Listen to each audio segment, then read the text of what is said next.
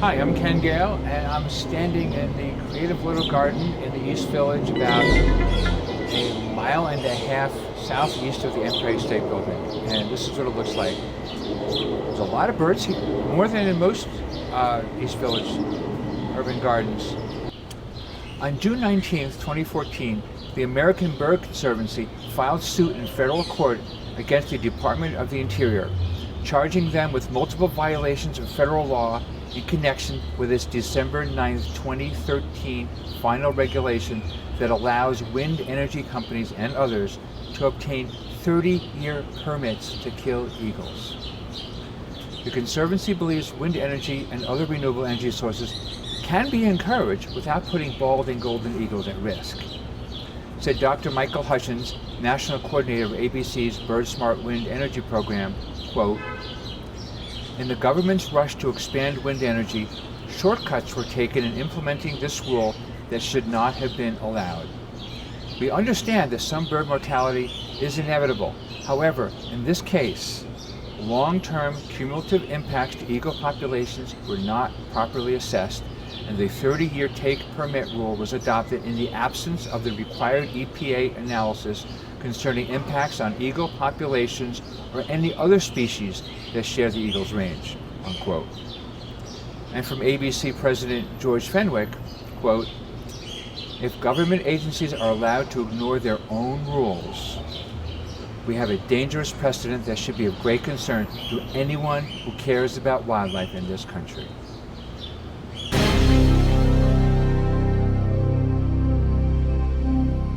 The trees are down at Mount Manresa on Staten Island after nearly a year of in-court battles and out-of-court events to save them.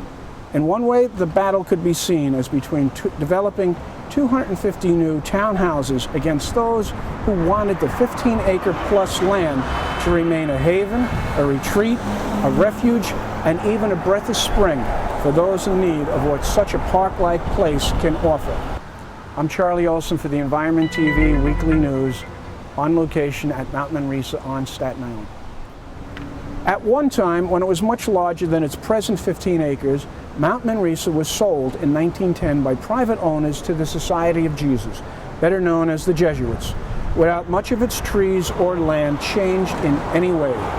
Its 400-year-old trees, that's before the United States of America was a country, and possibly even older according to some people's estimates, are now gone.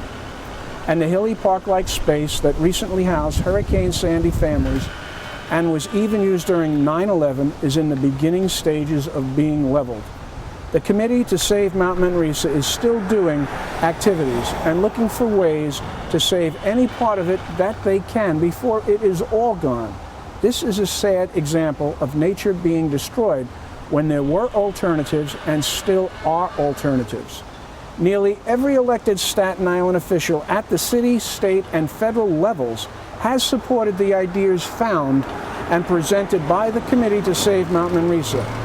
Some of those ideas included the selling of the land to others who would preserve the land as a public park, but first the Jesuits and then the Saville brothers of Staten Island, the buyers, refused to have anything to do with such reasonings.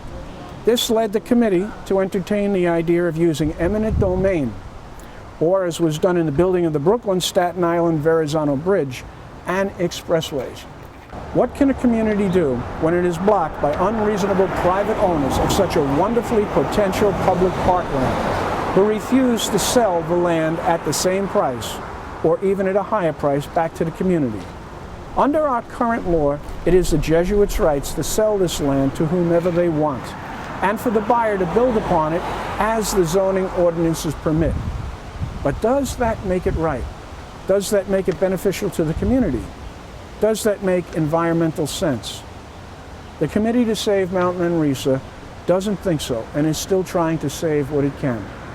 This behavior doesn't make much environmental sense or wise human sense. Our hopes and our hearts are with the Committee to save whatever they can of Mount Manresa and of such other places throughout the world.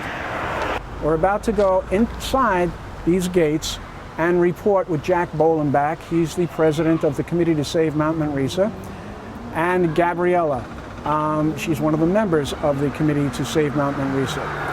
We will see some of the destruction that has been done to this beautiful park-like area and these old trees, these 400-year-old trees, and the devastation that's taken place here.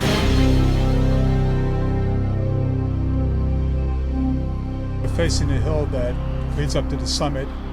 Before it is a sign that shows you the lower valley, Memorial Walk, Sacred Heart Grotto, and then the view of the New York skyline. I'm Jack Bollenbach. I'm a member of the Committee to Save Mount Manresa. I'm the president, and we're formed from Community Board Number 1. My name is Gabriella Velarde Ward, and I've been a member of the committee for about a year now. And I just want to bring an update of what's happened since our court date on April 14th. It's the day after Judge Moultrie lifted the restraining order, temporary restraining order. Salvo Brothers, who purchased his property, had workmen come in the very next morning at 7:30 in the morning with chainsaws and started cutting down these trees. They particularly targeted the ancient trees and then cut down other trees. This happened over a 3-day period. And the judge, when we went back into the appeal, the judge was really upset that they did that. It showed total disrespect to the community, a total disrespect to the environment, and Salvo Brothers has a habit of doing this throughout their business operations throughout Staten Island. We still have an appeal going on. We have an Article 78 appeal. We also have an appeal going on to reverse the Judge Troyer's decision back in November, which gave permission for the sale. We feel due to the fraud that was committed by the Jesuits, where they lied to the community, they collected funding, that that sale should have been permanently disqualified by the Attorney General. He only gave a temporary restraining order until the Jesuits came up with $250,000 to start paying people back. But the Jesuits did commit, the board of directors of the Jesuits did commit, in essence, a crime. They were collecting money, they were secretly planning on selling, and they were telling the public, and this was out all over the place, that they were going to be here for another 100 years. So that's fraud. So we have that case going on, and we have the case going on about Article 78 about landmarking. We found enough discrepancies with the Landmark Commission that why was nothing ever landmarked here? Why was nothing ever considered? Why did nobody come down here and actually set foot on this site and evaluate what was going on here? So that's a big issue. And so we have the law cases still in progress. We are still reaching out to politicians. We're reaching out to Governor Como. We're reaching out to the mayor. And what this should have been done in this site years ago, it should have been a natural designated area, as Jerome O'Donovan, the former city councilman, wanted. We want to try to change the zoning from the R3 to as of right zoning, which gives the builder the right to do whatever he wants without an environmental impact study. We want to change the zoning to at least reflect what's actually here. We wanted to show that it's a natural designated area that should be protected, or if building is allowed, that there be limited building, that they couldn't just go and wholeheartedly come in here, destroy everything, that the building would be limited, and that could be done by downzoning. Or we could have this place included, since it's 203 feet above sea level at its highest point, this glacial hill. We wanted that included in hillside preservation, which is a zoning that was special zoning on Staten Island that protects hillside areas. And this area should have been protected too, but again, under the previous administration, none of this was done.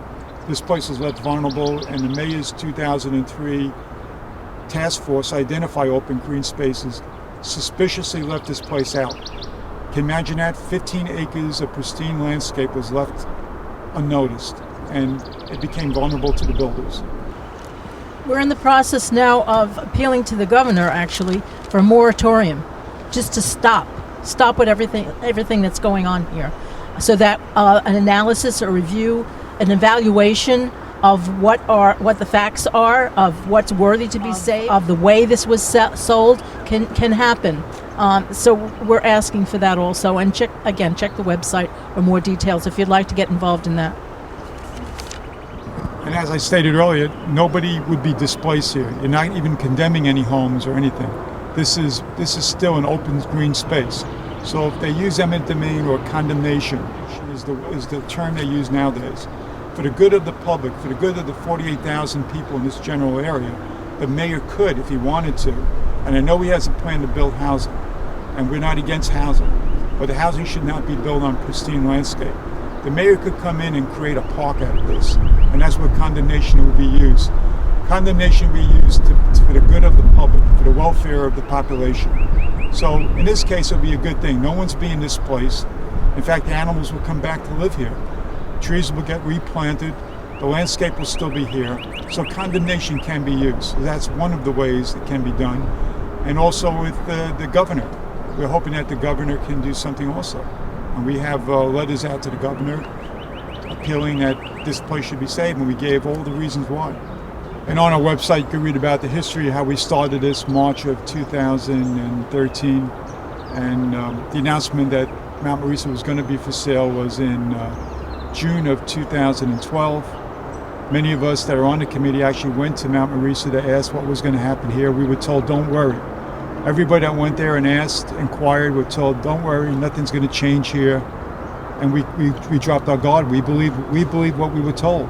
And unfortunately, after Sandy hit, the hurricane, FEMA was located here, so no one thought that Mount Manresa would ever be taken away. It was such a valuable place.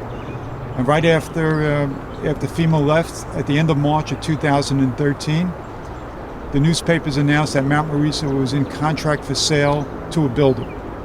And that's when the community was taken back, and we went out and we started a grassroots campaign to try to save it. But we were lied to.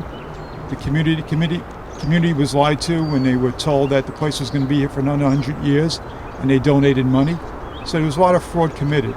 There was also a member of the board of Mount Manresa who also worked for Salvo. And we feel that's a conflict of interest. And that's something that's been brought up in court. So you can't have a person who's a member of the board of directors of Mount Manresa who's conducting a sale, who works for the builder, who's associated with the builder who's buying a property. And as Gabriella said before, that this property was tax-free status for over 100 years. And then they turned around and sold it to a builder. Instead of selling it to another non-for-profit where there's a possibility of preserving this land, they went and sold it to a builder who had the intent of destroying the natural scenery here. And that's a crime. That no matter how you look at it, it's a crime. And we are very upset about it. And to come here and know to love this property and walk through it and see what it looks like today, it's absolutely a sin. Well, we don't know when the buildings department is going to grant the demolition permits to the builders, Salvo Brothers. We're doing everything we can to stop that from happening. We also have the current court case, which is coming up, I believe it's in September, beginning of September, for the appeals, for the Article 78, and for the right of the builder of the Jesuits even to sell this property. And we're challenging the Attorney General's view that once the Jesuits came up with $250,000 to pay the public back for donations, that could be overturned. Now, we feel that the temporary restraining order should have been a permanent restraining order, that there was enough fraud committed to warrant the sale to be abolished. But right now, we're going to wait to see what happens in court. We have court dates that are coming up right now. It's really the obligation of our elected officials to do all they can to preserve it, to come out and actually do everything possible to preserve this place and make this into a public park. And that's what the majority of the population want.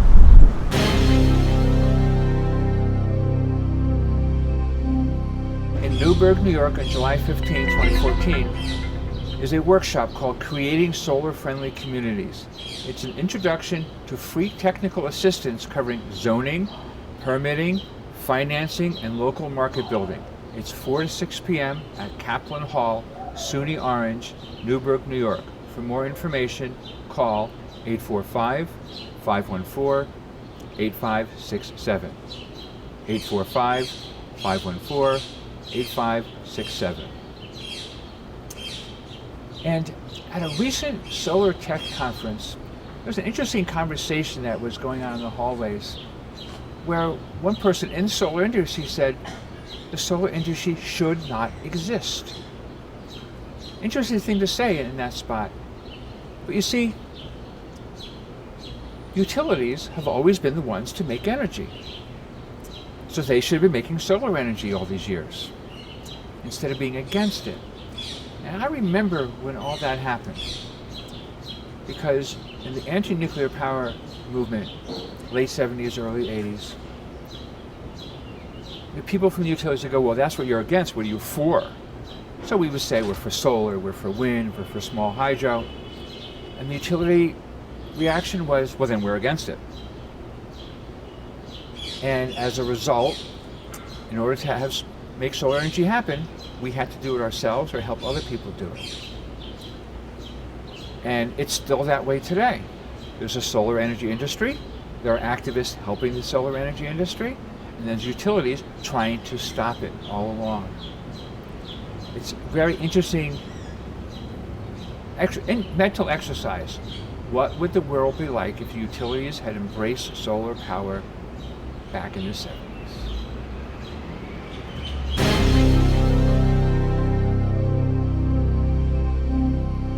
This is Mercy Van Vleck for Environment TV Weekly News.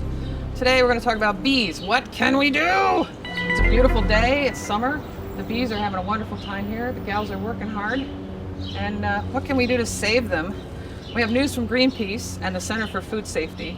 Bees are responsible for pollinating a third of our food, and they are in serious trouble, largely because of bee-toxic pesticides, neonicotinoids called neonics. You may have heard of neonics. They are the most widely used insecticides in the world, and scientists have linked them to the increase in bee die-offs.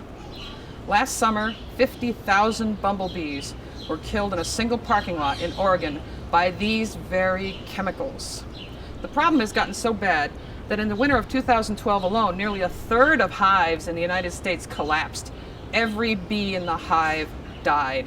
That's what colony collapse disorder is. Every bee. Gone, the whole hive. In Europe, bee supporters put massive public pressure on lawmakers to ban these pesticides and won.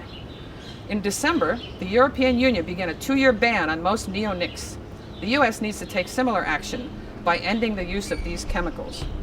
Fortunately, there's hope. Greenpeace, Friends of the Earth, and other international environmental groups have a global campaign to save our bees. Their 3-step plan is simple, and it's already working in places like Europe. 1, ban the 7 most dangerous pesticides. 2, protect pollinator health by preserving wild habitat. They need wild habitat. 3, restore ecological agriculture. Not so many chemicals. Check out the webpage of Greenpeace. Get involved with that. From the Center for Food Safety, June 16th marked the start of National Pollinator Week, and we need Congress to get serious about protecting bees and other pollinators.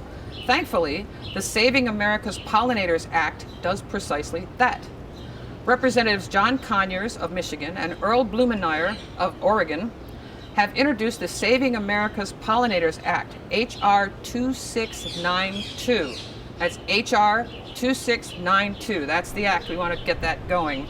This bill calls for the suspension of neonics on plants attractive to bees until a full review of scientific evidence indicates that they are safe, and a field study demonstrates no harmful impacts on bee populations from their use. This much-needed legislation also requires our government agencies to monitor the health of native bee populations and to identify and publicly report the likely causes of unusual bee kills. Tell your representative to support the Saving America's Pollinators Act, H.R. 2692, and protect our bees! Contact your senator and your Congress member at 202-224-3121. You can find out who they are and leave a message at the same time. That's 202-224-3121. The companies that make these pesticides, Bayer and Syngenta, have spent millions lobbying politicians to make sure this bill never sees the light of day. The only chance it has is if we create widespread public support. Contact the Center for Food Safety at www.centerforfoodsafety.org and click on Take Action. And you'll get to this webpage, which we'll have, so you can find out more about what you can do. From saveourenvironment.org, tell Lowe's to stop selling bee-killing pesticides. From a new study by Friends of the Earth, more than half of the bee-friendly garden plants tested from Home Depot, Lowe's, and Walmart in 18 cities across the United States and Canada contained neonicotinoids, our friends, the neonics, not our friends, pesticides, at levels that could harm or kill bees with no warning to consumers on these plants. So instead of helping bees in your garden, we may be unknowingly poisoning them. Thousands of people like you and me have asked Lowe's and Home Depot to stop selling bee-killing pesticides. Home Depot has responded. Lowe's remains silent. That's why we're joining forces with a national swarm of groups to put pressure on Lowe's. Please join us in urging Lowe's to stop selling bee-killing poisons immediately. Go to www.beeaction.org for more information and save the bees for beautiful days like this. This is Mercy Van Vleck for Environment TV Weekly News from New York City. Thank you.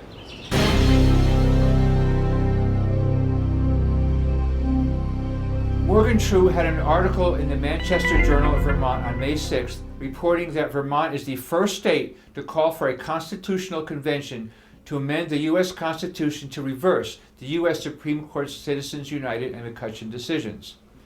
It would take 34 states to trigger a convention and 38 to approve an amendment. Citizens United affects many issues, including the environment, because it allows polluters to put so much money into influencing an election, $6 million directly to candidates and parties, that elections or votes in state capitals are more likely to go against environmental concerns, whether clean air and clean water, or renewable energy, or wildlife.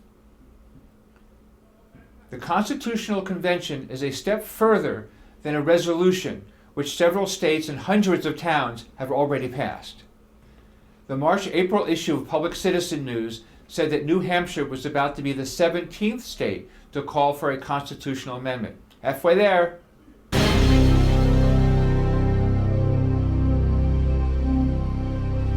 For years, there's been plenty of conspiracy theories about the government building machines that control the weather, be it via cloud seeding or Nikola Tesla's weather weapon HAARP. Although it might sound like the type of exaggerated conversation piece reserved for a sub-community on Reddit, weather control processes are very real. During the 2008 Beijing Olympics, China shot thousands of rockets into the sky that deployed silver iodide and dry ice into the clouds, sparking a storm to erupt before it could travel over the opening ceremonies. Pretty soon, though, the United States might be using similar methods to control the skies, but with the help of drones.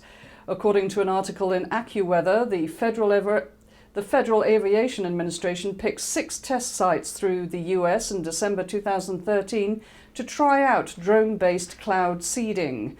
The goal was to make weather control operations much more cost-efficient and easier than, say, blasting thousands of fuel-guzzling rockets into the atmosphere. One such site was the Desert Research Institute in Reno, Nevada, where rampant drought plagues the arid desert. Jeff Tilley, the Director of Weather Modification Activities at RDI, explained to AccuWeather why current cloud seeding methods need to be adjusted. He said, quote, "We can very quickly go through a budget of a year's supply of fuel during one storm if you're not careful. Fuel's expensive, pilots are expensive, and often in a storm you have to go up and down multiple times. The potential market for the drone technology is substantially bigger than the current cloud seeding operational community. From the state perspective, there's the potential to capture a percentage of a $90 billion revenue-producing industry. Compared to using planes or jets to control the weather, drones are smaller, lighter, and don't require nearly as much fuel. Plus, there's no risk of a pilot hitting a mountain or getting hurt in another way." This is Rebecca Miles for the Weekly News on the Environment TV, reporting from Brooklyn, New York.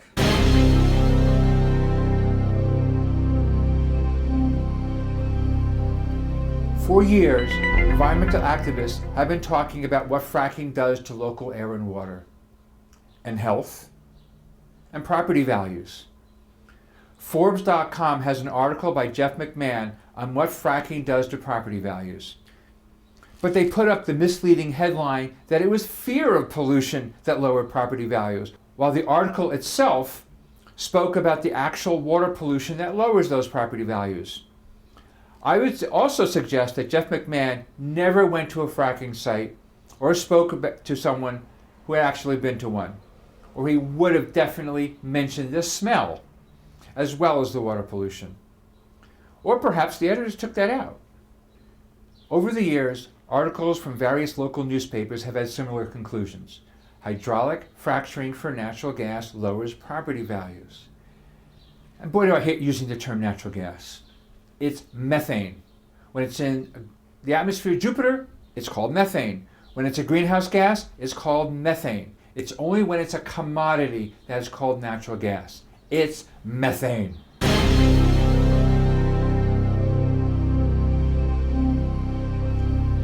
And in a related story, BeyondNuclear.org has an excellent article on the pro-nuclear aspects of the EPA's new climate guidelines. Once again, they ignore methane and radiation as industrial environmental hazards and in fact promote them. When the air or water are clean, thank an environmentalist. If not, become one.